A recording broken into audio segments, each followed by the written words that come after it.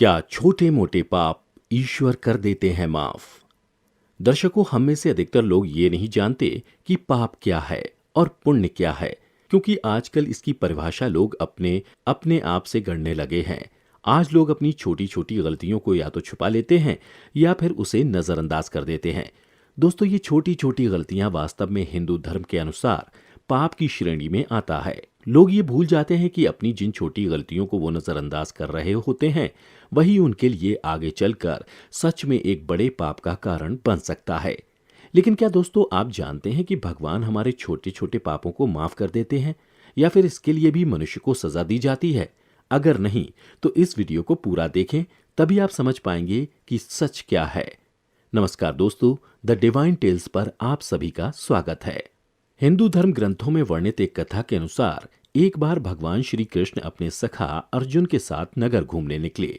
काफी देर घूमते घूमते दोनों काफी थक गए और पास के ही जंगल में जाकर एक वृक्ष के नीचे आराम करने लगे। अभी दोनों को बैठे कुछ ही समय हुआ था कि उन्होंने सुना कि कोई चोर चोर चिल्ला रहा है। तभी अर्जुन ने देखा कि एक आदमी इसी ओर भागा चला आ रहा है। यह देख अर्जुन समझ गया कि यही चोर है और उन्होंने जाकर उस आदमी को पकड़ लिया। फिर उससे कहा, हट्टे कट्टे होकर भी तुम चोरी करते हो, शर्म नहीं आती? इतने में गांव वाले भी वहां पहुंच गए और चोर को खुद के हवाले करने की मांग करने लगे। तभी श्री कृष्ण ने अपना और अर्जुन का परिचय देते हुए कहा कि आप लोग इस व्यक्ति को चोर क्यों कह रहे हैं? इसने आप लोगों का चुराया है। तब गांव वालों ने श्री कृष्ण से कहा, हे प्रभु, इस दुष्ट ने हमारे बगीचे से फल चुराने का काम किया है, इसलिए इसे हम लोगों के हवाले कर दें। गांव वाले ही इसको सजा देंगे। तब श्री कृष्ण ने उस आदमी से कहा, क्या तुमने सच में चोरी की है, और अगर हां तो क्यों? तब चोर ने कहा, हे प्रभु, मुझे बहुत जोर की भूख लगी थी, जिस कारण ये पाप मुझसे हो गया। यह सुन श्री कृष्ण ने गांव वालों से कहा कि इसने अपना जुर्म कबूल कर लिया है और सजा के रूप में ये 1 माह तक आप लोगों के खेत में काम करेगा। 1 माह की सजा सुनकर चोर ने श्री कृष्ण से कहा, हे प्रभु, ये मेरी पहली गलती थी, मुझे क्षमा कर दें। क्षमा की बात सुनकर कृष्ण ने उसकी सजा 1 माह से बढ़ाकर 6 माह कर दी। श्री कृष्ण के सजा सुनाने के बाद गांव वाले उस चोर को लेकर वहां से चले गए। उधर इस सारी घटना को अर्जुन बड़े ही गौर से देख रहे थे।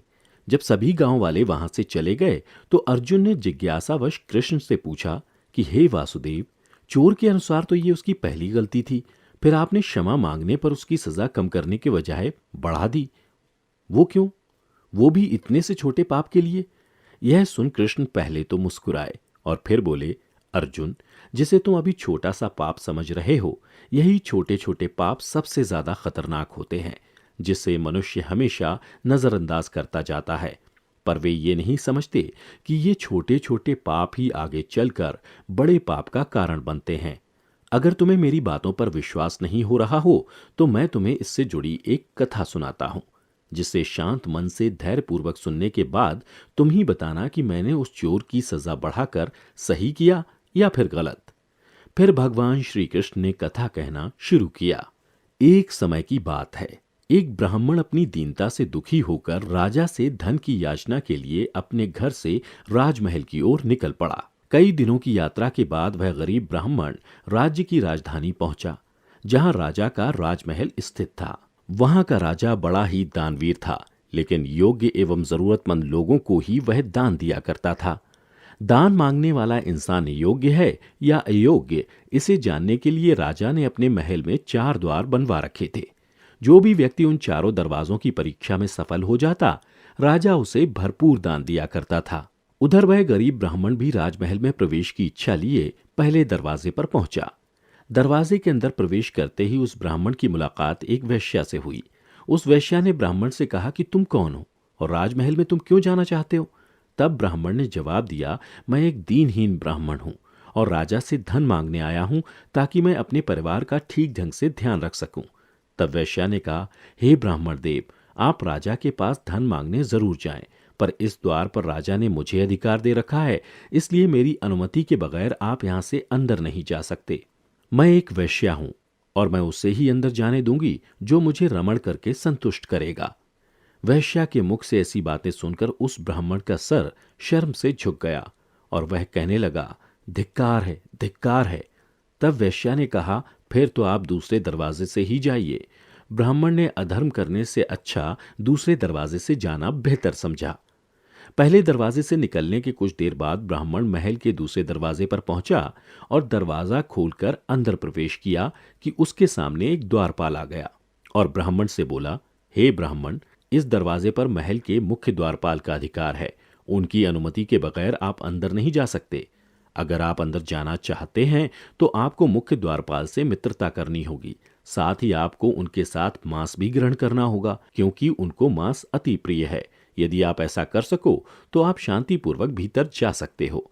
यह सुन ब्राह्मण ने कहा, मैं एक वेद पाठी ब्राह्मण हूं, मैं मांस नहीं खा सकता, यह अधर्म है। तब द्वारपाल ने साफ साफ बता दिया कि आपको इस दरवाजे से अंदर जाने की अनुमति नहीं मिल सकती। आपको किसी और दरवाजे से ही महल में प्रवेश करना होगा।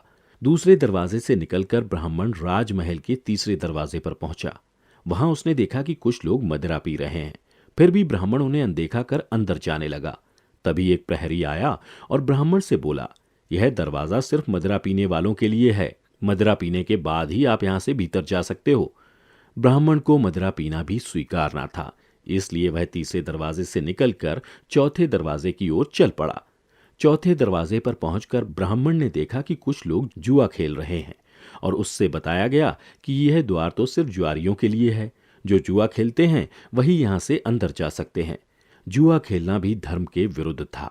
ब्राह्मण बड़े सोच विचार में पड़ गया कि यह तो महल में प्रवेश करने का अंतिम दरवाजा है। अब किस तरीके से अंदर प्रवेश करे? चारों दरवाजों पर तो अधर्म का ही वास है, लेकिन महल भीतर प्रवेश करना भी जरूरी है।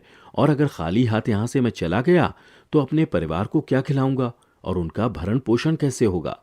अब मैं क्या करूं? हे अर्जुन, उसके एक तरफ अधर्म था और दूसरी तरफ गरीबी। दोनों के बीच घमासान युद्ध उसके मन में होने लगा। अंत में ब्राह्मण गरीबी के कारण जरा फिसल गया। उसने मन में सोचा कि बाकी के मुकाबले जुआ तो छोटा पाप है, थोड़ा सा खेल लें तो तनिक सा ही पाप होगा। यही सोचकर उसने अपने पास बचे 1 रुपए से जुआ खेलना शुरू कर दिया। ब्राह्मण की किस्मत अच्छी थी। उसने जुए में 1 से पहले 2 रुपए जीते, फिर 2 से 4, 4 से 8। अब पैसे आने ही लगे तो ब्राह्मण राजा के पास जाना भूल गया। शाम तक ब्राह्मण ने जुए में हजारों रुपए जीत लिए। शाम को जुआ बंद होने के बाद ब्राह्मण ने रुपए गठरी में बांध लिए। पूरे दिन कुछ भी नहीं खाया था, सो उसे जोरों की भूख लग रही थी, परंतु पास में कोई भोजन की दुकान भी नहीं थी। पास में गलत पैसे थे तो ब्राह्मण की बुद्धि भी भटकने लगी। ब्राह्मण ने सोचा, रात का समय है, कौन देखने वाला है, दूसरे दरवाजे पर जाकर मांस का भोजन ही कर लिया जाए। स्वादिष्ट भोजन भी मिलता है और पैसा भी खर्च नहीं होता। थोड़ा बहुत तो पाप कभी कभार चलता है। अपने पाप की क्या चिंता, मैं तो लोगों के पाप का प्रायश्चित करवाता हूं। कर लेंगे कुछ ना कुछ पाप से मुक्ति के लिए। ब्राह्मण ने मांस मिश्रित स्वादिष्ट भोजन खाया। तामसिक भोजन करने वाले व्यक्ति को अक्सर पान, बीड़ी, शराब की शरण लेनी पड़ती है। ब्राह्मण ने कभी मांस ना खाया था, अब तो उसे मदिरा पान की आवश्यकता पड़ने लगी। रात के अंधेरे में वह पाप पुण्य को ठेंगा दिखाकर आगे के दरवाजे पर पहुंच गया और कई मदिरा की प्यालियां चढ़ा ली। अब वह ब्राह्मण 3 प्रकार के नशे में था।